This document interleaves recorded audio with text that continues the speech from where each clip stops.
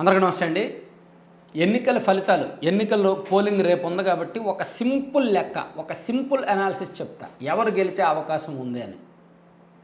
నేను already survey వదిలాను, survey చేశాను, అది దానికి కట్టుబడి ఉన్నాను. ఇప్పుడు ఇందులో ఇంకొంచెం డీటెయిల్డ్గా ఒక క్లాసిఫికేషన్ చెప్తా. వైఎస్ఆర్ కాంగ్రెస్ పార్టీ నమ్ముకున్నది రెండు వర్గాలు. ఒకటి మహిళల ఓట్లు, రెండు రూరల్ ఏరియా గ్రామీణ ప్రాంతాల్లో ఉన్న వివిధ వర్గాల ఓట్లు. గ్రామీణ ప్రాంతాల్లో ఎక్కువగా కాలనీలు ఉంటాయి, ఎస్సీ కాలనీ, అలాగే బీసీ ప్రాంతాలు. ఈ ఓట్లతో పాటు అన్ని వర్గాల మహిళలు దాదాపుగా 55% ఓటు వేస్తారు. అలాగే రూరల్ ఏరియాలో మోర్ దాన్ 55% ఓటింగ్ వస్తుంది. మన రాష్ట్రంలో అర్బన్ ఓటింగ్ కంటే రూరల్ ఓటింగే ఎక్కువ కాబట్టి, పురుషుల ఓటింగ్ కంటే మహిళల ఓటింగ్ ఎక్కువ కాబట్టి ఈజీగా 47-48% ఓట్లు తెచ్చుకొని అట్లీస్ట్ ఒక 105 సీట్లైనా సరే గెలుచుకొని అధికారంలోకి వస్తాము అని వైఎస్ఆర్ కాంగ్రెస్ పార్టీ చాలా గట్టిగా నమ్ముతోంది. నేను ఆ సర్వే, మన ఛానల్ సర్వే రిలీజ్ చేసిన తర్వాత కూడా వైసీపీ పెద్దలు నాతో కొంచెం క్లోజ్గా ఉండేవాళ్ళు అదే చెప్పారు. నువ్వు బొక్కబోర్లా పడతావు, నీ సర్వే తప్పు అవుద్ది. 105 సీట్లతో గవర్నమెంట్ ఫామ్ చేయబోతున్నాము, రూరల్ ఏరియాలో మాకు ఓటింగ్ ఉంది, అలాగే మహిళల్లో మంచి ఓటింగ్ ఉంది, అలాగే ఉత్తరాంధ్ర ప్రాంతంలో మేము ఇంకా బలం పుంజుకున్నాము అని చెప్పి కొన్ని లెక్కలు చెప్పుకొచ్చారనమాట. సో అంటే వాళ్ళ అంచనా అలా ఉంది. ఈవెన్ కొన్ని సర్వేలు కూడా అదే చెప్తున్నాయి. మరి టీడీపీ బలం ఏంటంటే తెలుగుదేశం పార్టీకి ఎడ్యుకేటెడ్, చదువుకున్న వాళ్ళు, ట్యాక్స్ పేయర్సు, అలాగే ఉద్యోగులు, ఉపాధ్యాయులు, పోలీసులు, అలాగే యువత, నిరుద్యోగ యువత, అలాగే కొన్ని వర్గాలు, కమ్మ సామాజిక వర్గం, ఆర్యవైశ్యులు, ఇలా కొన్ని వర్గాలు అనుకూలంగా ఉన్నారనమాట.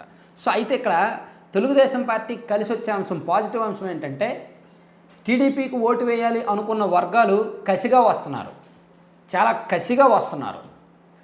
లేకపోతే ఎక్కడెక్కడో ఉద్యోగాలు చేసుకున్న వాళ్ళు ఈ 2 రోజులు సెలవు పెట్టుకొని రావాల్సిన అవసరం ఏముంది?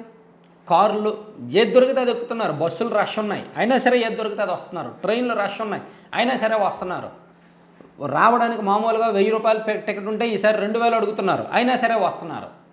సో ఆ కసి ఒక రకంగా టీడీపీకి కలిసి వస్తుందేమో అనిపిస్తుంది. ఉద్యోగులు కూడా, పోస్టల్ బ్యాలెట్ ఓట్లు కూడా గతంలో 50% నమోదయ్యేవి, కానీ ఇప్పుడు 90% నమోదయ్యాయి. అంటే ప్రభుత్వం మీద ఉన్న వ్యతిరేకత టీడీపీకి, కూటమికి అనుకూలంగా ఓట్లు వేయించింది. అలాగే ఎక్కడెక్కడో స్థిరపడిన యువత, ఉద్యోగులు, ప్రైవేట్ ఉద్యోగులు, వివిధ ఫ్యామిలీస్ అందరూ కూడా వచ్చి స్వగ్రామాలకు వచ్చి ఓటు వేయడానికి ఇంట్రెస్ట్ చూపించడం, ఇది కూడా టీడీపీ కూటమికి కలిసి వచ్చి పాజిటివ్ వైబ్రేషన్స్ నింపుతున్న అంశం అనమాట. ఇది వైసీపీ ఊహించలేదు. ఏముంది, ఆ చెన్నైలోనో, బెంగళూరులోనో, హైదరాబాద్లో ఉన్నవాళ్ళు రారు, వాళ్ళు వస్తే టీడీపీకి ఓటు వేస్తారు, వాళ్ళు రారు, వచ్చే అవకాశం లేదు అని అనుకున్నారు. కానీ వాళ్ళు దాదాపుగా ఒక 5 లక్షల ఓట్లైనా ఉంటాయి, ఎలా లేదన్నా ఒక 5 లక్షల ఓట్లు ఉంటాయి. సో వాళ్ళందరూ కూడా టీడీపీ కూటమి, వాళ్ళలో కనీసం 80% అయినా టీడీపీ కూటమికి అనుకూలంగా ఓటు వేసే ఛాన్సే ఉంది. సో ఇది టీడీపీకి కలిసి వస్తున్న అంశం. సో ఇక్కడ వైసీపీ నమ్మకం వైసీపీకి ఉంది, టీడీపీ వాళ్ళ నమ్మకం టీడీపీకి ఉంది. ఏ వర్గం ఓట్లు ఆ వర్గానికి డివైడ్ ఉన్నాయి. కానీ వైసీపీ వాళ్ళ లెక్క కొంచెం మహిళా ఓట్లు, రూరల్ ఓట్లు కాస్త కరెక్ట్గానే ఉంది. రూరల్ ఏరియాలో ఎస్సీ బీసీ వర్గాలు మాకే ఓటేస్తాయి, ఎస్సీ బీసీ వర్గాల్లో ఎక్కువ ఓట్లు మాకే వస్తాయి అని వైసీపీ చాలా కాన్ఫిడెంట్గా ఉన్నారనమాట. సో ఎవరి లెక్క ఎలా ఉందో చూడాలి. అయితే నేను అనుకుంటున్నాను ఏంటంటే ఎమ్మెల్సీ ఎన్నికల్లో కూడా చాలా సైలెంట్గా ప్రభుత్వం మీద వ్యతిరేకత కనిపించింది.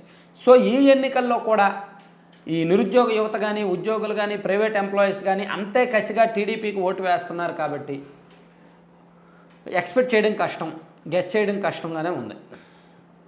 ఇద్దరికి కూడా బలాలు, కొన్ని వర్గాల్లో బలాలు బీభత్సంగా ఉన్నాయి, కొన్ని వర్గాల్లో బలహీనతలు ఎక్కువగా ఉన్నాయి. టీడీపీకి పడాల్సిన ఓటింగ్ కసిగా పడుతుంది.